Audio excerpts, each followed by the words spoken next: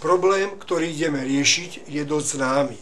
Máme dve vajíčka, jedno z nich je uvarené, druhé je surové. No a máme nejakým spôsobom rozpoznať, ktoré je ktoré. Iste poznáte, že na to slúži roztočenie vajíčok. Tak poďme na to. Roztočíme jedno, jeho rotácia je výrazná, po krátkom zastavení rotácia prestane. Druhé vajíčko rovnako roztočíme, ale rotácia je pomalšia. Po zastavení sa opäť roztočí.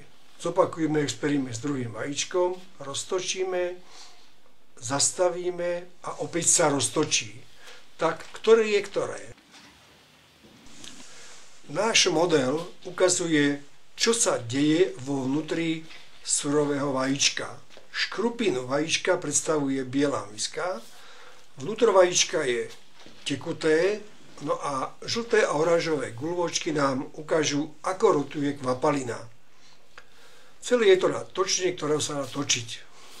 Tak poďme roztočiť surové vajíčko.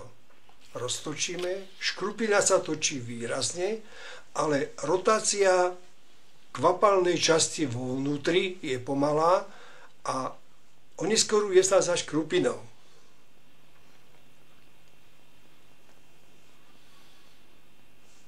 Po zastavení rotácie vajíčka, škrupiny, vnútro pokračuje v rotácii pôvodným smerom.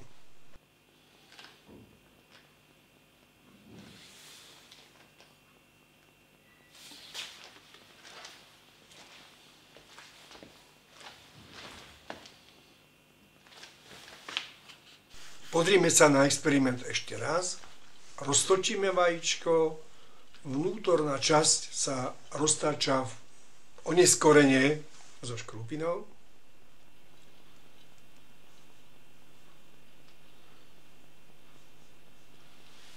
A po zastavení škrupinky vnútro pokračuje v rotácii.